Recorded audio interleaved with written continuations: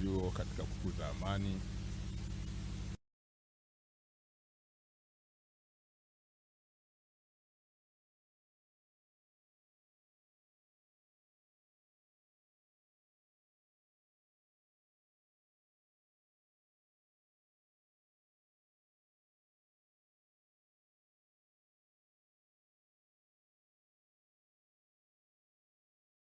wakati wa uchaguzi mkuu.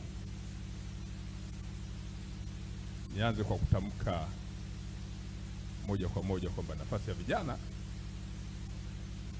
ni kubwa kutengeneza kitu kinyume na amani.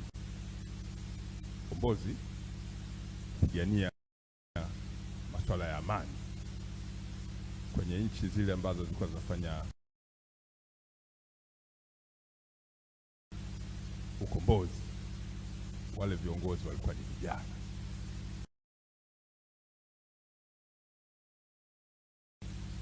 Vijana ndio walifanya kazi kubwa ya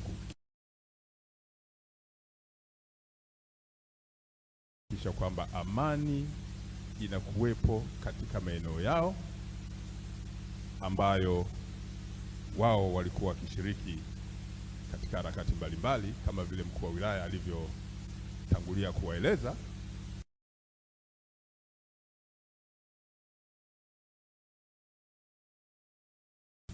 Baada ya kuziona zile kutakuwa na amani kwa kutumia mifumo na fursa zile walizoziona, lakini chini ya misingi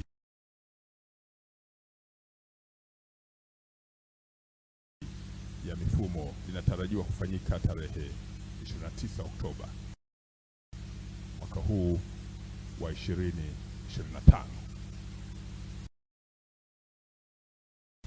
Sababu ya mifumo ya kisheria. Ina maana hizo ndio political spaces ambazo Mheshimiwa mkuu wa wilaya, mgeni wetu rasmi, wakili msomi Msando alikuwa akilieleza kwamba ile ni fursa, anayegombea agombee, anayetaka kupigiwa kura ajitokeze, lakini katika mifumo ambayo iko kisheria ya kunadi sera. Huo ndio mfumo na hiyo ndio fursa. Kwa hiyo kinachojitokeza kwenye sehemu kubwa, kama alivyojaribu kuwadokeza sensa iliyofanyika ya mwisho ya taifa letu, vijana wameongezeka, vijana ni wengi, na vijana ndio wenye nafasi kubwa katika mambo mbalimbali, katika mifumo ya kiuchumi, mifumo ya kisiasa, lakini mifumo ya kijamii. Ukikuta kundi la wasanii unakuta ni vijana. Ukikuta masuala ya uchumi, watu wanaozunguka ndani ya nchi na nje ya nchi, wengi ni vijana. Lakini hata kwenye mifumo ya kisiasa, ukifuatilia nafasi za watu waliogombea masuala ya udiwani, masuala ya ubunge, ukifuatilia wengi ni vijana. Kwa hiyo ili swala hili liweze kufanyika vizuri, vijana wanayo fursa kubwa sana ya kuhakikisha wanajitambua nafasi yao kwa wingi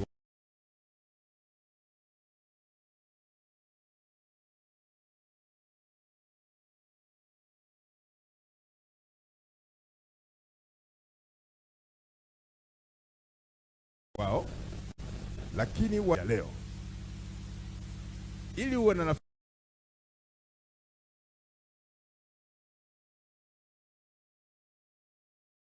nafasi kesho, lazima leo uwe salama.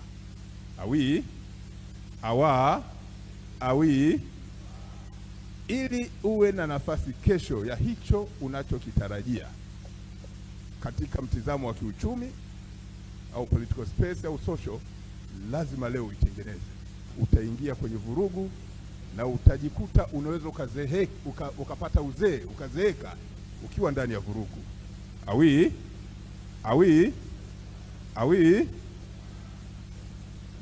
Vijana mna nafasi na fursa kubwa sana, lakini pia mnao nafasi ya kujitafakari sana katika misukumo ya mihemuko ambayo mnakuwa nayo kulingana na aina ya makundi au watu ambao unashiriki nao katika mawazo tofauti tofauti.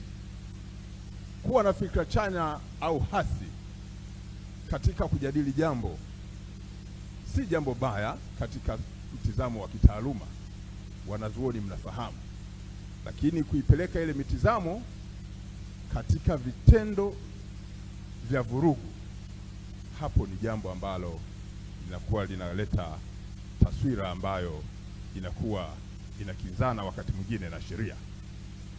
Kwa hiyo tumeshuhudia mara kadhaa kwamba yamekuwepo vitisho vya hapa na pale, hasa kwa kundi la vijana walio wengi, kwamba tarehe 29 Oktoba kutafanyika jambo lingine tofauti na hili la uchaguzi. Ndugu wanazuoni, pamoja na makundi mbalimbali ambayo yamekuja kushiriki kwenye mada hii chini ya kongamano ambalo mmeliandaa, moja ya majukumu yetu sisi law enforcement agencies, polisi ikiwa moja ya taasisi ambayo iko kwenye eneo hilo, ni kuhakikisha kwamba tunalo jukumu kubwa la kuhakikisha kwamba kisheria, amani na utulivu, haya maneno sio ya kisiasa tu, ni maneno ya kisheria. Amani na utulivu ni moja la jukumu la vyombo vya dola, likiwemo jeshi la polisi, kuhakikisha kwamba linakuwepo na watu wanakuwa na amani, watu wanakuwa watulivu, watu wanatekeleza majukumu yao ya kisheria bila kukinzana na sheria. So ni kitu ambacho kipo, sio kwamba sisi tunataka kujifanyia kwa sababu tukiamka tunataka tufanye vile. Ni swala la kisheria kuhakikisha ninyi mnatimiza majukumu yenu, lakini kwa kufuata misingi ya kisheria. It's our fundamental duties to make sure that we maintain peace and tranquility within our members in our community. Hili ni jukumu letu la kisheria. Lazima watu wawe na amani, lazima wawe na watulivu. Sasa vijana, tunawaasa wakati tunapotekeleza majukumu yetu, msiwe na mtizamo sasa hasa kwa wale ambao wanakuwa wanakinzana na sheria. Ukiangalia ibara ya 30 kama sikosei, ibara ndogo ya kwanza ya katiba yetu ya Jamhuri ya Muungano wa Tanzania, inaeleza wazi swala la haki, uhuru na wakati mwingine hata wajibu katika majukumu fulani. Watu wanatafsiri nusu. Wale wanasheria wanafahamu kwamba sheria huwezi kuisoma kama kasuku, lazima uisome mpaka mwisho. Sio unakata hapa unarukia pale, unakata hapa unarukia pale. Hapana, lazima uisome mpaka mwisho. Uhuru na wajibu wetu, na hasa sisi vijana, katika kutekeleza mitazamo yetu ya kisiasa au ya kijamii au ya kitamaduni. Hakuna haki au uhuru ambao hauna mipaka yake. Kuvunja au kunyang'anya haki ya mtu mwingine, haki ya mtu mmoja au kundi moja, haitoi fursa ya kunyang'anya sasa kundi lingine. Yaani wewe unajiangalia tu kwamba mimi nitaandamana, tafanya hiki, lakini utaratibu wa hiyo haki upo. Ukitaka kuandamana, taratibu ni zipi? Sheria inatuambia utatoa taarifa. Ukitoa taarifa, law enforcement agency wenye jukumu la maintain peace, wewe na wale wengine, wao ndio wana-assess. Sisi tunakuambia siku hiyo ni siku ya uchaguzi, ambalo ni swala la kikatiba, swala la kisheria.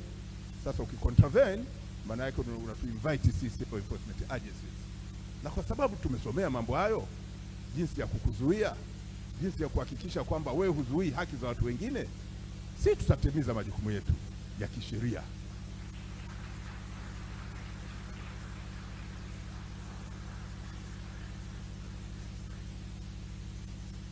Zipo principles zile za waliosoma sijui kama bado hizo vitabu wanavisoma watu kina Marx na kina Lenin wakati ule, zile principles za the law of negation of negation, yani vitu vinakuwepo kwa kusababishana. Yani wewe unanisababisha nifanye kitu fulani, kwa kufanya kitu fulani, unakuwa na mtizamo fulani, unakuja kufanya kitu fulani, unanisababisha mimi nije kufanya kitu fulani kwa mujibu wa sheria. Lakini kwa hiyo kimsingi, kwa sababu ya muda, na mimi nipewa muda wa kuwasalimia, nikiwa kamanda wa jeshi la polisi hapa jijini Dar es Salaam, sehemu ambayo nasikia wanasema ndio wamechagua ya kuja kufanya hicho kitu ambacho kwa mtizamo na mawazo yanayojitokeza ni cha uvunjifu wa amani kwa kufanya baadhi ya vitendo ambavyo ni kinyume cha sheria. Na sisi kwa sababu tumeapa, maanake sisi tunaapa law enforcement agencies, kabla kufanya haya majukumu tunaapa, kwanza kuilinda nchi, pili kuwalinda watu, tatu kulinda mali halali za watu. Yaani nyinyi mna mali zenu, hata simu, hata kibegi, kwamba mtu asichukue. Sasa kwa sababu sisi tumeapa, tunawaeleza tutatimiza majukumu yetu ya kuhakikisha kwamba watu wanakuwa salama.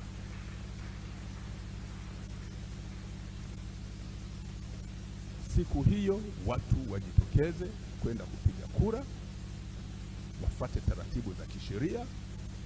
Sisi tutakuwepo barabarani, si kutisha watu, kwa ajili ya kuwalinda watu ambao wanakwenda kutimiza majukumu ya kikatiba ya kupiga kura. Najua kuna watu watakata hicho kipande kwamba Kamanda Muliro aruhusu maandamano. Big no. Siku hiyo hakuna maandamano wala hakuna vurugu. Narudia, siku hiyo hakuna maandamano wala hakuna vurugu. Siku hiyo ni ya watu kwenda bila hofu kwenye vituo vya kupiga kura na kufuata taratibu za Tume Huru ya Uchaguzi, kuona kwamba nchi yetu inaendelea. Baada ya kusema hayo, nimalizie kwa kusema niwapongeze Rais wa TALISO, nikupongeze sana makamu wako akiwemo yule wa kutoka Zanzibar, niwapongeze sana. Nimewasikia makamishina na manaibu kamishina, ninyi pia nawapongeza. Mnalo jukumu la kuwashauri, narudia, mnalo jukumu la kuwashauri vijana wenzenu ambao ndio muhimili wa taifa hili, katika zile perspective alizozitaja Mheshimiwa Wakili Msando, kwamba tengenezeni nafasi za kiuchumi, nafasi za kisiasa, nafasi za kijamii, ili muingie muweze kutimiza majukumu mengine mazuri, badala ya kujiingiza kwenye vurugu na mihemko ya mtu mmoja ambaye nasikia yuko wapi kule. Yaani mtu yuko kule na huijui taaluma yake wala level yake ya masomo, unakimbiza tu. Msijiingize kwenye swala hilo. Najua kupiga kwa bahati mbaya, ananiambia muda umeisha na natakiwa niondoke. Na mimi kwa sababu nimemwelewa, nawashukuru sana kwa kunialika. Dar es Salaam iko salama, na nchi kwa niaba ya Inspekta Jenerali wa Polisi Afande Camillus Wambura iko salama zaidi ya mnavyofikiria. Nashukuru sana Kamanda wa Polisi Kanda Maalum wa Dar es Salaam. Makofi mengi.